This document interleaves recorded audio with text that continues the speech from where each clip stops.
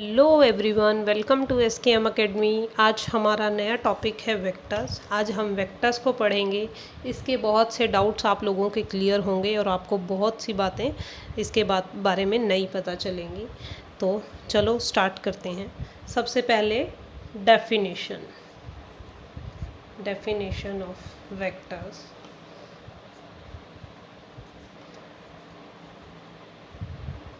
The quantities which have both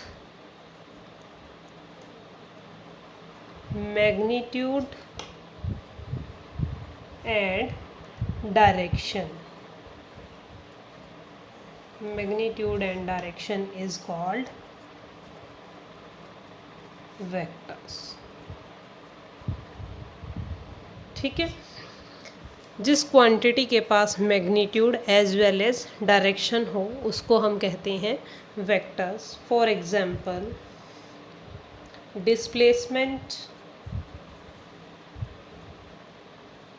displacement, velocity and weight, etc। ठीक है, etcetera. ठीक है, ये डेफिनेशन आप सबको पहले से पता होगी, सबको क्लियर होगी। ठीक है, इसके बाद हम करते हैं लोकेशन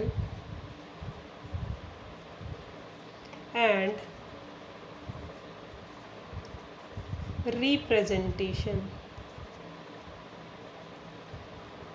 रिप्रेजेंटेशन ऑफ वेक्टर। ये हमारा टॉपिक बहुत इंटरेस्टिंग है क्योंकि हम विजुअलाइज कर सकते हैं कि क्या हो रहा है, और जिस चीज़ को हम विजुअलाइज कर सकते हैं वो हमें समझ भी बड़े अच्छे से आती है और वो हमें इंटरेस्टिंग भी काफ़ी लगती है। ठीक है, सबसे पहले हम देखते हैं location of vector. Location of vector, let us take a vector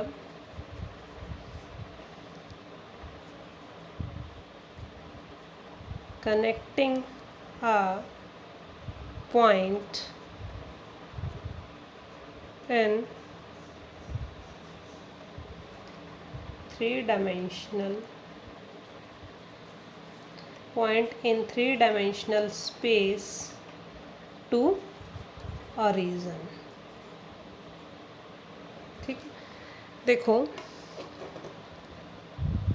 कैसे लोकेट करते हैं एक वेक्टर को।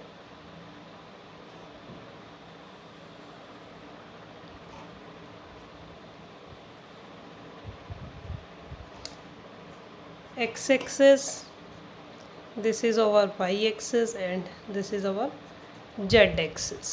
ठीक है, let us take a point। देखो एक पॉइंट ले लेते हैं हम P 3 डायमेंशन में। जहाँ भी आप बैठ के ये वीडियो देख रहे हो उस किसी भी रूम के कोने को एज्यूम करो आप। वन वॉल की जो डाउन एज होगी उसको आप एक्स एक्सिस मानो और सेकेंड वॉल को आप वाई एक्सिस मानो, और जो हाइट होगी उसको आप जेड एक्सिस मानो। एक एक आ रही है जो ओरिजिन से आ रही है और इस पी पॉइंट की तरफ। ठीक है, ये पी पॉइंट है। इस पी पॉइंट पे ये हमारा वेक्टर होगा। पी पॉइंट के हमने कोऑर्डिनेट मान लिए, 3 डायमेंशन में है तो 3 आएंगे, इसके ट्रिपलेट में आएगा AX AY AZ। क्लियर? ठीक है, देखो हम क्या करते हैं, एक पॉइंट है P जो हमने सेंटर से कनेक्ट कर लिया है। हम क्या करते हैं, इससे एक परपेंडिकुलर ड्रॉ कर सकते हैं फ्लोर पे। Draw a perpendicular on floor from this point P। कहीं पे भी आएगा ये। अब जो ये परपेंडिकुलर आया ये हमारा 2 डायमेंशन में चला गया x एंड y प्लेन में। 2 डायमेंशन में चला गया x y प्लेन में, यानी कि इसको अगर हम कनेक्ट करते हैं,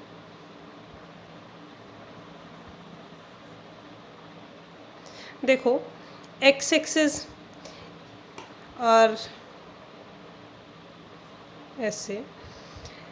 इस पॉइंट को हम क्यों मान लेते हैं जिस पॉइंट पे परपेंडिकुलर आया हमारा, ठीक है। देखो अब ये पॉइंट P था, P से हमारी जितनी वाई एक्सिस पे होगी वो कितनी होगी ए वाई, एक्स एक्सिस पे जो जितनी साइड होगी उसकी वो क्या होगी ए एक्स, और जितनी होगी इस पे जेड एक्सिस पे उसको हम बोलेंगे ए जेड कोऑर्डिनेट मान के चले हैं हम, ठीक है। क्लियर है ये बात। अब इस पैरेललोग्राम की तरफ देखो, जो क्या है हमारा ओ ए क्यू बी, ओ ए क्यू बी, ये 90 डिग्री है यहाँ से, और ये यहाँ से भी 90 डिग्री है। कर सकते हो आप इज्यूम ऐसे। इस पॉइंट से हमने परपेंडिकुलर फ्लोर पे ड्रॉप किया, जो कि हमारा 2 डायमेंशनल प्लेन एक्स वाई में चला गया। इसके कोऑर्डिनेट्स क्या होंगे, ए एक्स ए वाई होंगे। ए एक्स है तो ए एक्स स्पेस की वैल्यू ए एक्स, और ए वाई है तो यानी कि वाई एक्स स्पेस की वैल्यू ए वाई। इसमें तो किसी का कोई प्रॉब्लम नहीं है। चलो इसका हम एक डायगोनल ड्रॉ करते हैं। ये हमने एक डायगोनल ड्रॉ किया, किसका, पैरेललोग्राम ओ ए क्यू बी का, ठीक है। इसका डायगोनल, अब ये ए वाई है तो ये भी ए वाई होगा, ये ए एक्स है तो ये भी ए एक्स होगा, ये 90 डिग्री है। तो डायगोनल का क्या फॉर्मूला होता है, हम डायगोनल कैसे निकाल सकते हैं, square root of a x square plus a y square. Clear है ये बात सबको, ठीक है। हाँ जी। अब हम जो इस पे ये ए जेड है इसको पी पॉइंट से लेके चल रहे हैं, यानी कि ये पी पॉइंट से कितनी है, ये हाइट कितनी है, ए जेड है। अब हम किसकी बात करते हैं, अब हम पैरेललोग्राम की, ये भी 90 डिग्री है और ये भी 90 डिग्री है, क्योंकि हमने परपेंडिकुलर ड्रॉ किया था और ये परपेंडिकुलर नीचे गया हुआ है तो ये परपेंडिकुलर है, तो इस वजह से ये भी 90 डिग्री है, ठीक है। अब हम किसकी बात करते हैं, इस पैरेललोग्राम की बात करते हैं। इस पॉइंट को नाम दे देते हैं कोई भी आर पॉइंट, जिस पॉइंट पे पी के सामने से हमें जेड एक्सिस पे कट करता है, यानी कि जेड पे जो इसकी वैल्यू ए जेड आती है वो पॉइंट को हमने दे दिया नाम आर। अब हम किसकी तरफ देखें, अब हम पैरेललोग्राम की तरफ देखते हैं, रेक्टेंगल एक्चुअली है, सॉरी। अब rectangle O Q P R, O Q P R की तरफ देखते हैं। इस रेक्टेंगल के अंदर हमें क्या, इसके अंदर हमारा क्या है, ये हमारी साइड कितनी आ गई, इस रेक्टेंगल के अंदर हमें ये साइड पता है ओ क्यू, ये वैल्यू है ओ क्यू की, और ये ए जेड है तो इसकी वैल्यू भी कितनी है, ए जेड है। इस हाइट की जो हमने परपेंडिकुलर ड्रॉ किया था ये भी ए जेड है, तो इसका डायगोनल, इस रेक्टेंगल का डायगोनल हम निकाल सकते हैं। इसका डायगोनल क्या होगा, ये हमारा ओ पी के इक्वल है, यानी कि हमारा यहाँ से ओ पी किसके इक्वल आ गया, ओ पी का मैग्नीट्यूड, यानी कि ओपी की लेंथ यानी कि मैग्नीट्यूड होता है। ओपी हमारा किसके इक्वल आ गया, ओपी हमारा आ गया, ये ए जेड है। देखो इस साइड का स्क्वायर प्लस इसका स्क्वायर का स्क्वायर रूट के इक्वल आ गया। ये साइड, ये वाला जो वो डायगोनल आया, देखो ओपी किसके इक्वल आ गया, स्क्वायर रूट ऑफ, इसका स्क्वायर करेंगे तो क्या आएगा, ए x square plus a y square plus A Z square का स्क्वायर रूट, यानी कि वेक्टर ओ पी की जो अगर हम मैग्नीट्यूड वैल्यू निकालते हैं वो हमारी इस तरीके से इसके इक्वल आती है। क्लियर है बात। वेक्टर ओ पी कौन सा है, जो ओ से पी की तरफ जो जा रहा है इसको हम बोलते हैं वेक्टर ओ पी। इसको जनरली हम ऐसे वेक्टर ए से डिनोट करते हैं, ठीक है। और वेक्टर ओ पी को कैसे लिखते हैं, ये तो हमारा मैग्नीट्यूड है, और वेक्टर ओ पी, वेक्टर को कैसे लिखते हैं, उसके ऊपर एरो लगा देते हैं। ओ पी का मतलब O to P, O to P vector का क्या मतलब है, ये ओरिजिन से है, यानी कि A X I cap, A Y J cap and A Z K cap, जहाँ पे आई जे के क्या होते हैं, यूनिट वेक्टर होते हैं। आई होता है with respect to X axis unit vector, J होता है विद रिस्पेक्ट टू वाई, और के होता है with respect to Z. Clear है ये बात, ठीक है। ठीक है, समझ आया ये? ठीक है।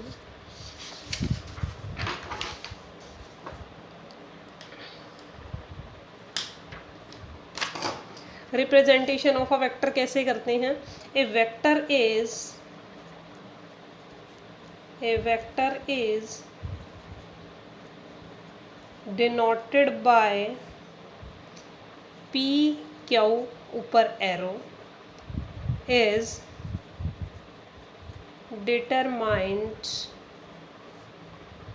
determined by 2 points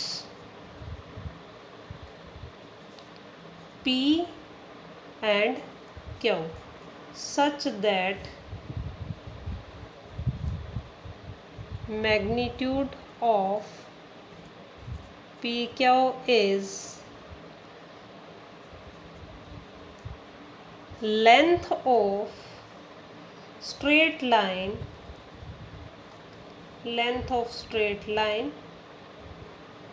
PQ। Vector P Q क्या होता है? पी क्यू के ऊपर एरो लगा देते हैं। इसका मैग्नीट्यूड किसके इक्वल होता है? जो पी से क्यू के बीच में जो स्ट्रेट लाइन होती है उसके इक्वल होता है। एंड डायरेक्शन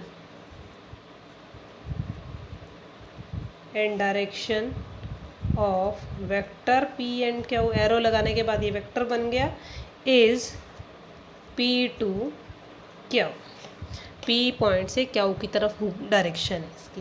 क्लियर है बात? Where P is initial point and Q is terminal point. Clear? In general हम कैसे डिनोट करते हैं वेक्टर को? In general denoted by vector A, vector B, vector C. इस तरीके से हम जनरली वेक्टर को डिनोट करते हैं।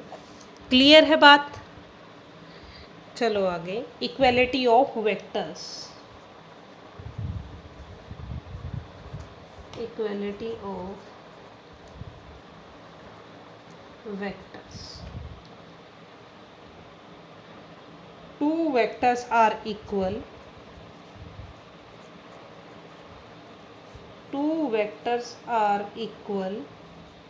कब होंगे equal? if they have same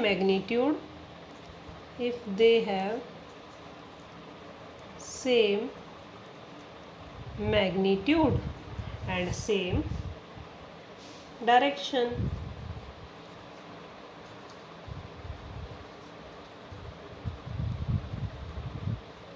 same magnitude and same direction. कोई भी देखो, ऐसा नहीं है कि वो दोनों एक ही उस पे होने चाहिए। वेक्टर पी क्यू है, इसी के इक्वल मैग्नीट्यूड सेम हो और इसी डायरेक्शन में हो, इससे आगे पीछे भी हो सकता है, ये इक्वल होंगे। ठीक है? मैग्नीट्यूड देखो, वेक्टर के पास दो चीज़ें होती हैं, एक मैग्नीट्यूड एक डायरेक्शन, दोनों चीज़ें इक्वल हो गई तो दोनों वेक्टर आपस में इक्वल हो गए। क्लियर है बात? ठीक है, इसके बाद हम करते हैं टाइप्स ऑफ वेक्टर्स।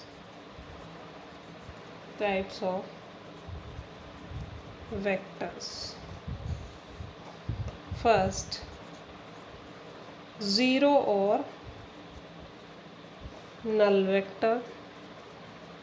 पूरी नहीं बताऊंगी, जस्ट ऐसे ही हमें पता होना चाहिए ये बातें। If the vector have magnitude 0 is called null vector। if a vector has a magnitude 0 is called null vector। या तो फिर एक और इस तरीके से इसको बोल सकते हैं, initial and terminal point are same. मतलब यही पॉइंट से शुरू हो रहा है, यही वो ख़त्म हो रहा है, तो वेक्टर क्या हो गया? नल वेक्टर या zero vector. Second, unit vector.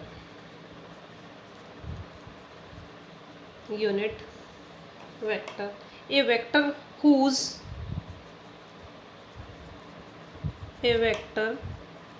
whose modulus is 1,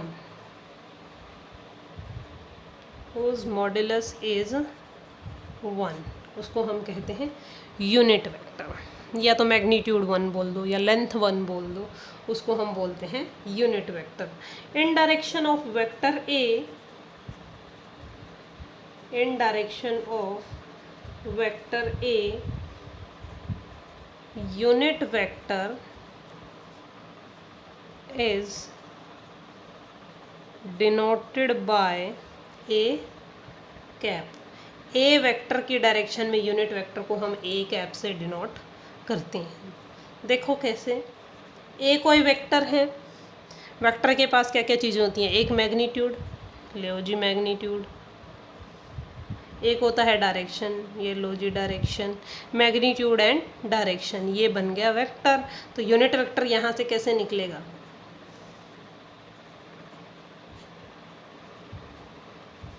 clear.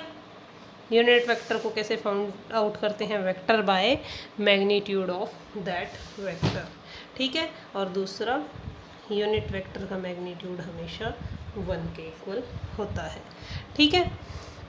एक और यही बता देती हूँ बात, एक्स एक्सिस के along I cap unit vector, X axis के अलोंग, और जे कैप यूनिट वेक्टर है वाई एक्सिस के अलोंग, और के कैप यूनिट वेक्टर है जेड एक्सिस के अलोंग, ठीक है। जो हम हर वेक्टर में लगाते हैं ना कि आई जे और के, ये हमारे यूनिट वेक्टर होते हैं with respect to all 3 axis, clear बात। लाइक एंड अनलाइक वेक्टर्स,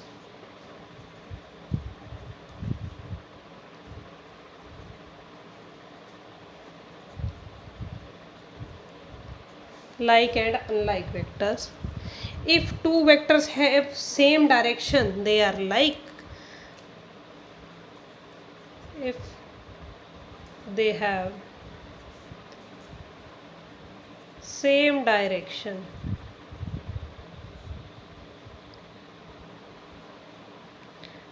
तो क्या हो गए, then they are like vectors. And if they have opposite direction, they are unlike vectors, clear। if they have opposite directions, they are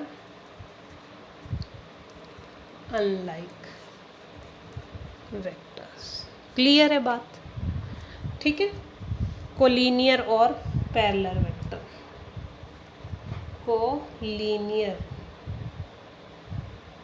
collinear और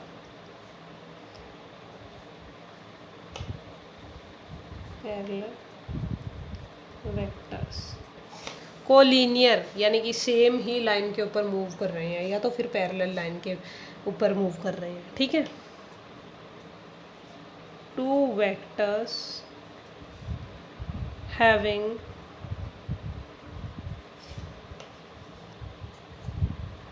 having same or parallel support,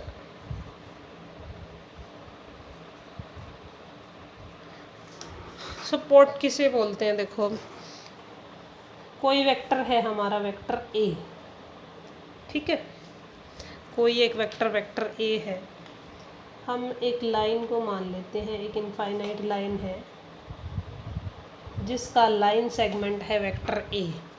ये जो line हमने assume की है ना, infinite line, इस line को हम बोलते हैं सपोर्ट। ये नया वर्ड है आपके लिए, इसको बोलते हैं हम सपोर्ट। देखो वेक्टर जिस लाइन पे से मूव कर रहा है उसकी इनफाइनाइट लाइन को हम बोल लेते हैं support.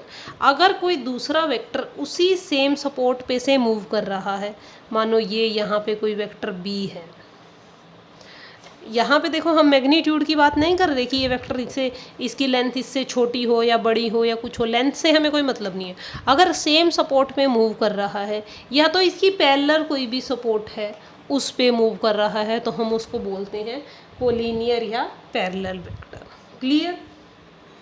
कोइनिशियल vector, coinitial vector two vector having same initial point, having same initial point। Two vector या सिस्टम ऑफ वेक्टर्स यानी कि बहुत सारे वेक्टर जितने भी होंगे उन सबको बोल लेंगे को इनिशियल वेक्टर, जिनका स्टार्टिंग पॉइंट सेम होगा। एक पॉइंट से वेक्टर निकल रहे हैं, ये सारे क्या हैं, को इनिशियल वेक्टर्स। ठीक है, coplanar vector, coplanar vectors. A system of vector is said to be coplanar. A system of vectors is said to be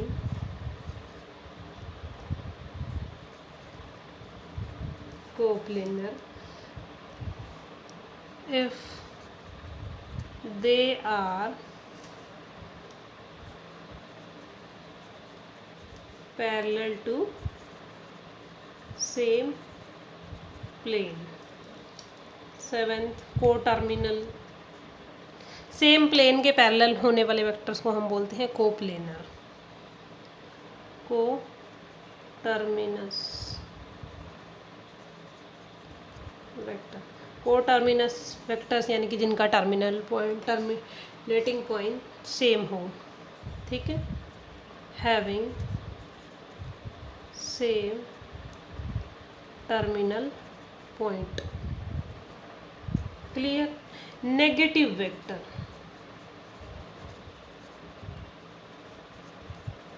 negative vector, negative of vector A is, देखो नेगेटिव होगा किसी vector का, होगा वो negative of vector A is of same magnitude। मतलब कि magnitude तो किसी के नेगेटिव का सेम होना चाहिए एंड अपोजिट डायरेक्शन, डायरेक्शन होनी चाहिए क्या, अपोजिट। ठीक है, वेक्टर पी क्यू अगर हमारा है ए तो क्यू पी होगा हमारा क्या, वेक्टर माइनस ए। ठीक है, पी क्यू अगर हमारा वेक्टर ए होगा तो पी क्यू पी हमारा होगा माइनस ऑफ ए, क्योंकि इसमें इसकी क्या होगी, देखो यहाँ से ये पी से क्यू की तरफ है तो वेक्टर इसकी मैग्नीट्यूड ए है, मैग्नीट्यूड तो इसका भी ए है, लेकिन डायरेक्शन यहाँ पे इसकी पी टू क्यू है, यहाँ पे इसकी क्यू टू पी है, तो डायरेक्शन क्या हो गई, नेगेटिव हो गई। Reciprocal of a vector, reciprocal of a vector, बहुत बेसिक बात है ये, लेकिन ये काम आ जाती है। कई बार क्वेश्चन में हमें कुछ भी ना बता के उसके बारे में इनमें से कोई भी दे दिया कि दिस टाइप ऑफ वेक्टर है, इस तरह का कोई वेक्टर है, तो हमें डेफिनेशन पता होगी तभी तो हम करेंगे ना। Vector A is vector having same direction. देखो देखो रेसिप्रोकल, नेगेटिव में क्या है, मैग्नीट्यूड सेम है, डायरेक्शन ऑपोजिट है, लेकिन रेसिप्रोकल में क्या है, ए vector having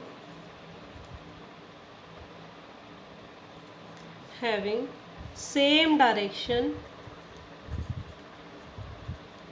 having same direction and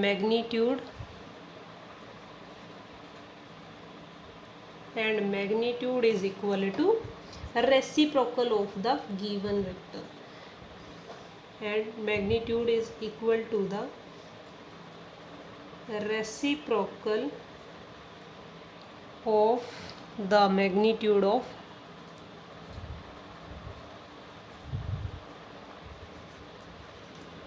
given vector. देखो कोई वेक्टर ए है, इसका रेसिप्रोकल को हम कैसे करेंगे, रेसिप्रोकल जो होगा वो डिनोट कैसे होगा, रेसिप्रोकल डिनोटेड बाय, कैसे डिनोट करेंगे, ए इनवर्स वेक्टर, ए की पावर -1 वेक्टर। ठीक है, देखो मैग्नीट्यूड ऑफ ए क्या होगा, ए के इक्वल कोई भी वैल्यू ए मान ली हमने, लेकिन magnitude of A inverse vector का क्या होगा, 1/a होगा। क्लियर है ये बात? ठीक है, चलो आगे।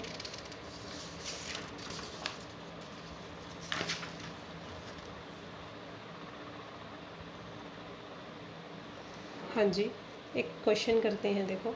Find the unit vector of A, find the unit vector of given vector कोई भी दे दिया हमें, i - 2j + 3k। Vector A है हमारा i cap -2j cap + 3k cap. इस वेक्टर को आप एज्यूम कर सकते हो कैसे होगा ये वेक्टर? वैसे मतलब इस क्वेश्चन में इसकी वैसे ज़रूरत नहीं है, लेकिन ये अंडरस्टैंडिंग के लिए हम बात कर रहे हैं। विजुअलाइज कर सकते हो क्या होंगे इसके पॉइंट, क्या होंगे, वेक्टर किस तरह का होगा? ये 1 -2 एंड 3 पॉइंट होगा इसका। ठीक है, ये वेक्टर -1 2 एंड 3 ये यहाँ नहीं आएगा। वाई एक्सिस हमारा वाई नेगेटिव है, वाई की वैल्यू हमारी नेगेटिव साइड हमें जाना पड़ेगा। एक्स की वैल्यू 1, सपोज ये 1 है, ये 2 है और ये 3 है, तो ये वेक्टर हमारा कैसे होगा, 1 2 और 3 जहाँ भी होगा यहाँ पे इसकी वैल्यू क्या होगी, ये इस तरीके से हमारा ये वेक्टर होगा। कर सकते हो विजुअलाइज? चलो एनीवेज, हमें यहाँ पे यूनिट वेक्टर निकालना है। यूनिट वेक्टर क्या होता है, ए कैप से डिनोट होता है। ए कैप किसके इक्वल होता है, vector A by magnitude of vector A. क्या फाइंड आउट करना है, magnitude of vector A, magnitude 1 square + -2 square + 3 square का square root, that is equal to 1 4 9, that is 14। तो यूनिट वेक्टर क्या आ गया, i cap by √14 - 2j cap by √14 + 3k cap by √14 हमारा आ गया यूनिट वेक्टर। क्लियर है? बात करते हैं पोजीशन वेक्टर की। देखो 2 टाइप्स के वेक्टर होते हैं।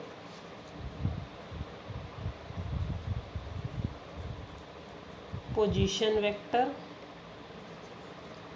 ऑफ अ पॉइंट, एक फ्री वेक्टर होते हैं और एक होते हैं position vectors.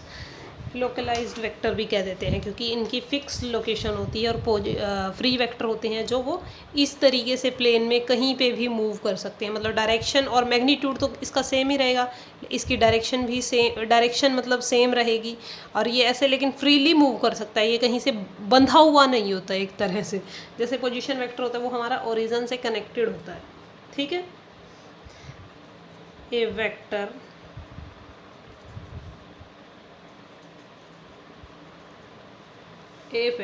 formed by joining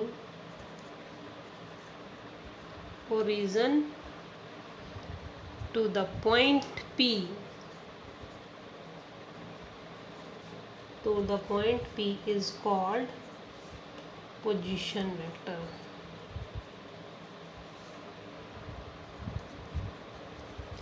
Position vector of point P। देखो कोई भी एक पॉइंट P है, x y z, इसको ओरिजिन से कनेक्ट कर दिया तो ये हो गया OP वेक्टर होगा। जो हम इसको कैसे लिखेंगे, OP होगा जो इसको हम लिखेंगे, ये वाला वेक्टर हमारा क्या आएगा, xi cap yj cap zk cap. Vector OP xi cap yj cap और zk कैप। क्लियर है बात? फ्री वेक्टर वाला भी आ गया आपको समझ। फ्री वेक्टर क्या होता है, देखो फ्री वेक्टर जो होते हैं, मैंने दोबारा बता देती हूँ।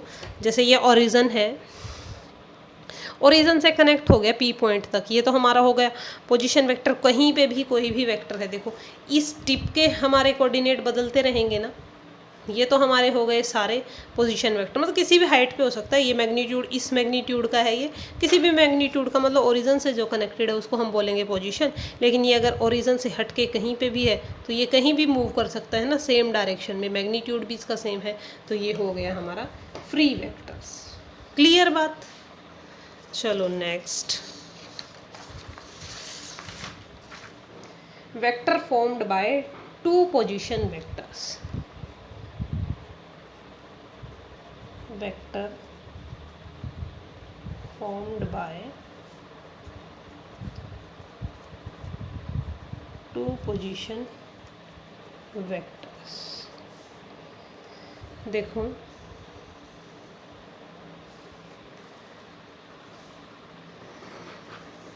देखो समझते हैं, पहले लिखो। टू पोजीशन वेक्टर लेके चलेंगे हम। Two position vectors, A vector A point तक ओ ए, यानी कि बी पॉइंट तक vector B, gives one free vector. देखो किस तरह से, देखो दो फ्री वेक्टर लेके चल रहे हैं हम। एक हमने देखो ओरिजिन से चलेंगे, सबसे पहली बात तो पोजीशन वेक्टर लेके चल रहे हैं, दो पोजीशन वेक्टर है तो ओरिजिन से चलेंगे। एक हमने ले लिया ए वेक्टर, ए पॉइंट तक है ये। दूसरा हमने ले लिया बी वेक्टर, ये बी पॉइंट तक है। क्लियर? देखो अगर हमें A B vector find out करना हो, ये वाला वेक्टर किसके इक्वल होगा? ए बी वेक्टर, देखो बी माइनस ए के इक्वल। ठीक है, कैसे होगा? देखो एक बार, एक पोजीशन वेक्टर हमारा ए है, दूसरा हमारा पोजीशन वेक्टर बी है। हम यहाँ पे क्या बता रहे हैं कि दो पोजीशन वेक्टर हमेशा एक फ्री वेक्टर जरूर देते हैं। अब यहाँ से यहाँ तक ये ए पॉइंट तक चला गया ये ए वेक्टर, यहाँ से यहाँ तक ये बी वेक्टर। अगर हम A B vector find out करें, ये भी तो दो पॉइंट है ना, इनमें से भी तो हम एक वेक्टर फाइंड आउट कर सकते हैं यहाँ से, यानी कि A B vector. A B vector कैसे निकलेगा? ए बी वेक्टर जो हमारा होगा वो होता है position vector B minus position vector A के पोजीशन वेक्टर और बी के पोजीशन वेक्टर को सब्ट्रैक्ट कर दे। देखो ये बात ध्यान रखनी है हमें, vector B minus vector A, क्या बात ध्यान रखनी है? देखो अगर हमें सिंपली क्या करना है, सिंपली देखो एक छोटा सा वो है, अगर हमें 5 माइनस 3 करना है, 1 2 3 4 5 माइनस 3, हम आगे वाले को छोड़ देते हैं, पीछे से काउंट करना शुरू करते हैं। ठीक है, कितने स्टेप बचते हैं यहाँ? 1 और 2। ठीक है, यानी कि यहाँ पे जब हमें ए बी फाइंड आउट करना है तो हमें पीछे वाले में से आगे वाले को घटाना है। ठीक है, पीछे वाले के पोजीशन वेक्टर में से आगे वाले को सब्ट्रैक्ट करना है। ये क्या हो गई हमारी? सब्ट्रैक्शन ऑफ वेक्टर्स हो गई। क्लियर है बात? ठीक है, अब हम देखते हैं addition of vectors. Addition of vector, देखो मैथमेटिकली तो एडिशन वेक्टर्स की कैसे होती है? आई कंपोनेंट में आई वाला जुड़ जाता है, जे वाले में जे, के वाले में के। लेकिन जो ये वेक्टर की फॉर्म में है ऐसे, इस तरीके से इसमें कैसे जोड़ते हैं? अच्छा देखो एक बार, अभी हमने यहाँ पे क्या सीखा कि अगर दो फ्री वेक्टर हैं, कि वो दो फ्री वेक्टर हैं, वो एक वेक्टर देंगे। ठीक है, अब हम एक देखो इसी को दोबारा करते हैं हम। ये हमारा है वेक्टर ए, ये हमारा है, ये हमारा है वेक्टर बी। देखो ए और बी ने हमें क्या दिया? वेक्टर ए और वेक्टर बी से हमने पीछे वाले भी इसमें यहाँ क्या निकाला? ये किसके इक्वल होता है? बी माइनस ए के इक्वल।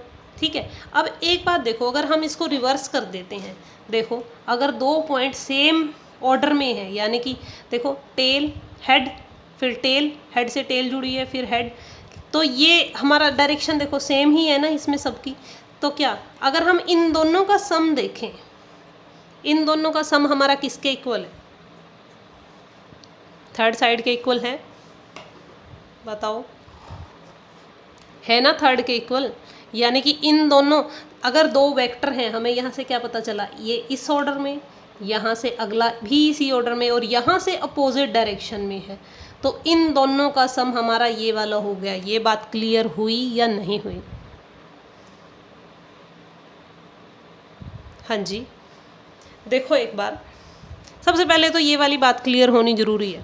ये ओरिजिन से दो वेक्टर हमने लिए, ए वेक्टर और ये बी वेक्टर। अगर हमें ए बी वेक्टर निकालना है तो हमारा बी माइनस ए के इक्वल होता है। ये सबको क्लियर हो गया, ठीक है। अब इसी को अगर हम इन दोनों को ऐड कर दें, इन दोनों को ऐड करना जरा, ए प्लस बी माइनस ए, तो बी के इक्वल है, और बी हमारा क्या है, थर्ड वेक्टर है, ठीक है। तो यहाँ से हमारा क्या निकल गया कि अगर हम ये ए वेक्टर और सेम ऑर्डर में, डायरेक्शन का कोई मतलब नहीं है, किसी भी डायरेक्शन में हो सकता है, इधर भी, ये जरूरी नहीं है 90 पे, ये मत अज्यूम कर लेना इसको। अगर ये ए है, हम दूसरा कोई बी वेक्टर ले लेते हैं, अगर इसकी अपोजिट ऑर्डर में कोई वेक्टर तीसरा होता, वो इसके किसके इक्वल होता है, सम के इक्वल होता है। ये बात क्लियर है सबको? इसी को हम क्या बोल देते हैं, इसी को हम बोलते हैं triangular law. Triangular law, clear है ये बात?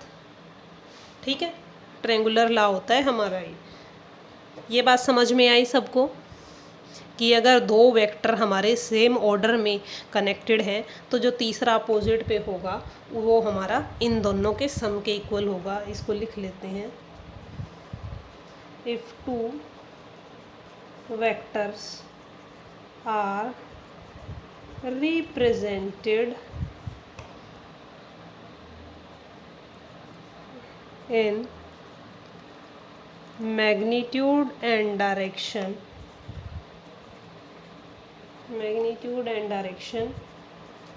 by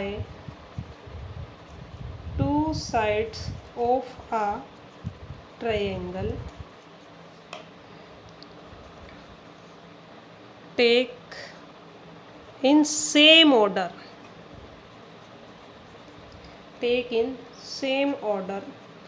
then their sum is represented by the third side in opposite direction, third side taken in reverse direction,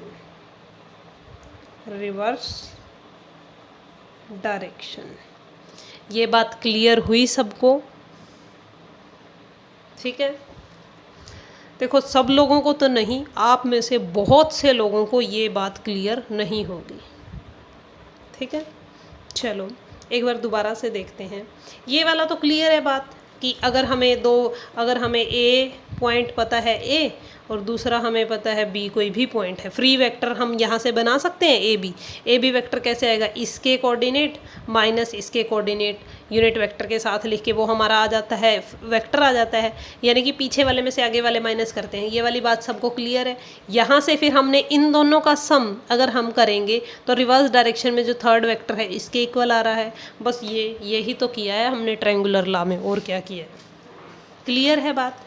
यानी कि सेम ऑर्डर में दो अगर वेक्टर्स हमारे कनेक्टेड हैं तो उनका सम थर्ड डायरेक्शन को रिप्रेजेंट करता है ट्रायंगल की, जो कि रिवर्स ऑर्डर में होती है। क्लियर? एक और बात बताऊं इसी में? चलो जी देखते हैं। देखो अब यहाँ पे ये वाली इतनी बात क्लियर है, कर लो इसको नोट डाउन, स्क्रीनशॉट ले लो या तो फिर, क्योंकि इसी में हम अभी करने वाले हैं थोड़ा सा कुछ। देखो एक बार, ये हम ए मान के चले थे, सेम ऑर्डर में हमारा बी कनेक्ट था। अगर हम इसको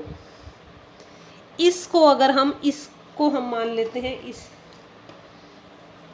इस वेक्टर को हम सी मान लेते हैं, सॉरी इसको हम ऐसे मान लेते हैं, ये वेक्टर ए है, ये बी है, और सेम ही ऑर्डर में मान लेते हैं हम इसको, ये है सी।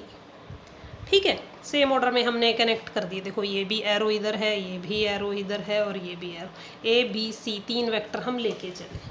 क्लियर। लेकिन अभी जो ट्रायंगुलर लॉ में हमने किया वो ए बी, अगर ये ए बी की डायरेक्शन चेंज कर दें, सॉरी सी की डायरेक्शन चेंज कर दें, यानी कि ये माइनस सी आ गया हमारा, डायरेक्शन चेंज कर दी, इसकी मैग्नीट्यूड सेम है तो ये हमारा माइनस, और इन दोनों से अगर हम निकालें तो किसके इक्वल है, ए बी के इक्वल है, यानी कि ए प्लस बी हमारा माइनस सी के इक्वल आ गया। देखो A plus B is equal to minus C, ठीक है। और इसको इधर ले आओ एक बार, क्या हो गया, ये 0 के इक्वल। यहाँ से हमारा क्या निकला, अगर हम वेक्टर को सेम ऑर्डर में करते हैं ज्वाइन तो वो हमारा रिजल्टेंट क्या देता है, 0 के इक्वल देता है। क्लियर है बात? ठीक है, चलो आगे। अब हम करेंगे parallelogram law.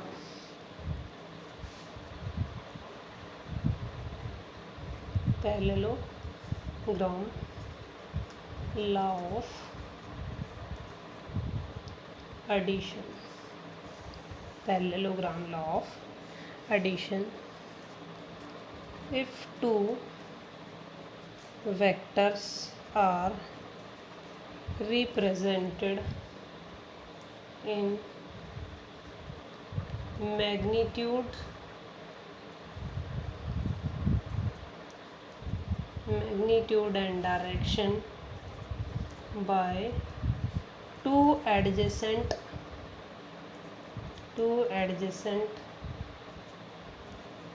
sides of a parallelogram, then their sum is represented by the diagonal of the parallelogram, which is co-initial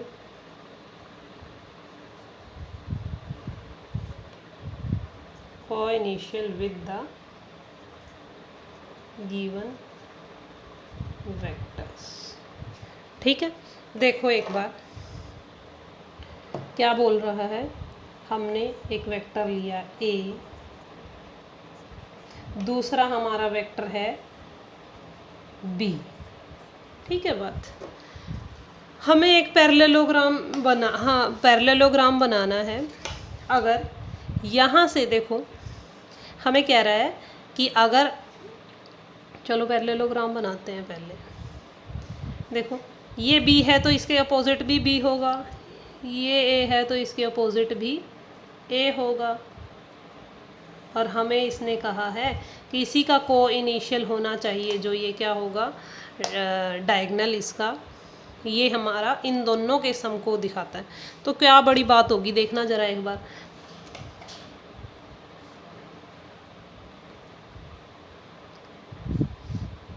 देखो अभी हम पीछे करके आए हैं ना,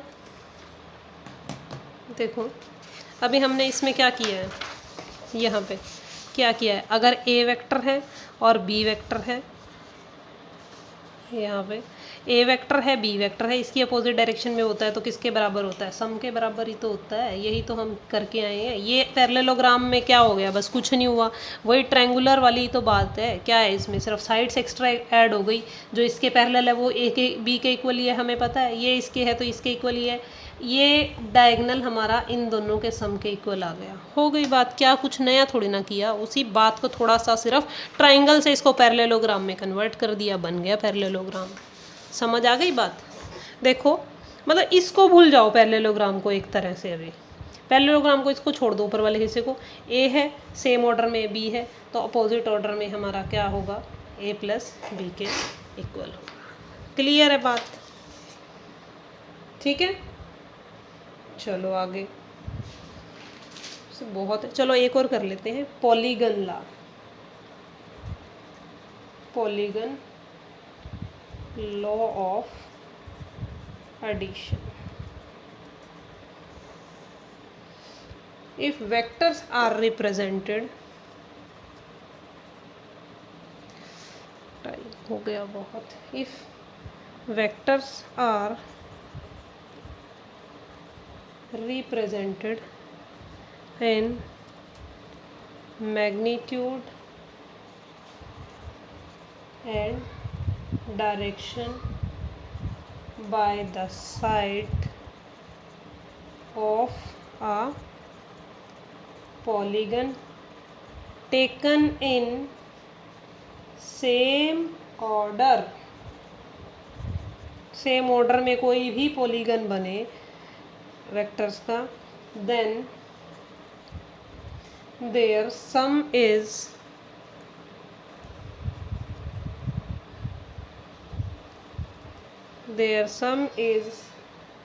represented by the side closing them in reverse order. ठीक है, देखो एक बार, एक वेक्टर A है, इसी ऑर्डर में वेक्टर B है, इसी ऑर्डर में वेक्टर C है, इसी ऑर्डर में वेक्टर D है, और वेक्टर E है अपोजिट इसका. वेक्टर E अपोजिट डायरेक्शन में है, तो जो वेक्टर E होगा वो सब के सारे वेक्टर्स के सम के इक्वल होगा. ठीक है, कैसे हुआ ये बात? देखो अभी ट्राइंगल में मैंने बताई है आपको, देखो यहीं पे बता देती हूँ. देखो एक बार, अभी हमने इसको C मान के, हम सेम डायरेक्शन में C मान के चले थे, इसकी अपोजिट डायरेक्शन -C आई थी. हमने क्या किया था, ये इसके इक्वल. लेकिन अगर हम इसको C ना मान के, C मान के चलें,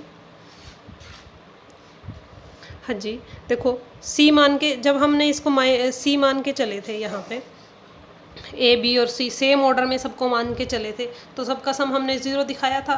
तो अगर हम C को, इसको इसमें से इसको लिख सकते हैं A + B = -C. -C का मतलब क्या है कि C की अपोजिट डायरेक्शन ले लें. समझ में आई ये बात? अगर हम इसको, इस वेक्टर को यूँ ना लेके इस तरीके से अपोजिट डायरेक्शन में लेंगे तो ये -C के इक्वल होगी. -C के इक्वल हो जाएगी, तो ये C अगर -C हो गया, अपोजिट डायरेक्शन अगर हमने ले ली, तो ये हमारा A + B = C के इक्वल हो जाएगा. क्लियर है बात? यानी कि अगर हम सेम डायरेक्शन में इनको लेके चलेंगे, वेक्टर्स को कनेक्ट करेंगे, तो सबका सम 0 आएगा. लेकिन अगर लास्ट वाले को अपोजिट डायरेक्शन में जब होता है, तो वो लास्ट वाला अपोजिट डायरेक्शन वाला बाकी सबके सम के इक्वल होता है. ठीक है, okay, thank you for watching. Like, share.